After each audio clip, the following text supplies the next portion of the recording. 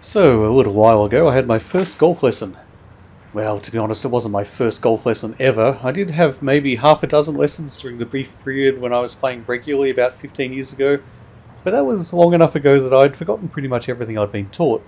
So I was coming into this fresh with all my bad habits firmly re-entrenched.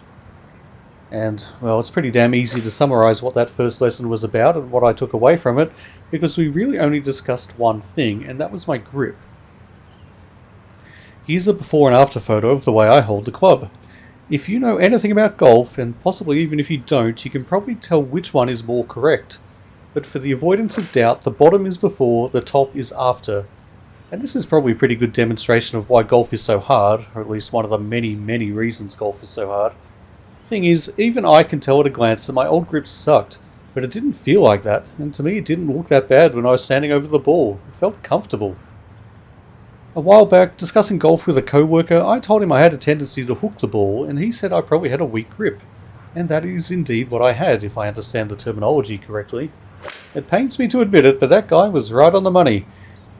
Since I've fixed my grip and gone with what the instructor recommended, my hook has almost entirely disappeared.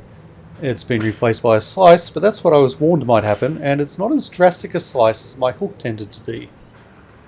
The first few swings I made with this new grip, I stone cold topped the ball, which went about 20 metres.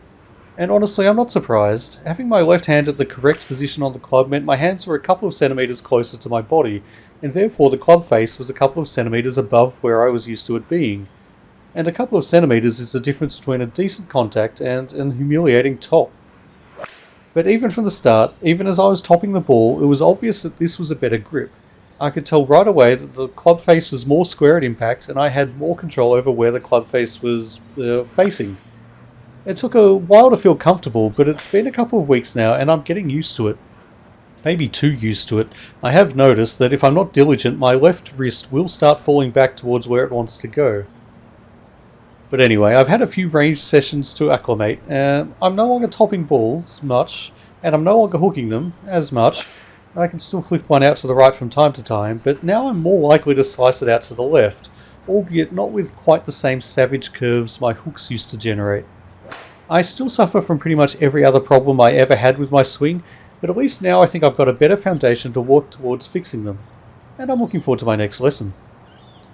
And at some point soon I may even work up the courage to step onto the course and aim at an actual fairway rather than a wide open range.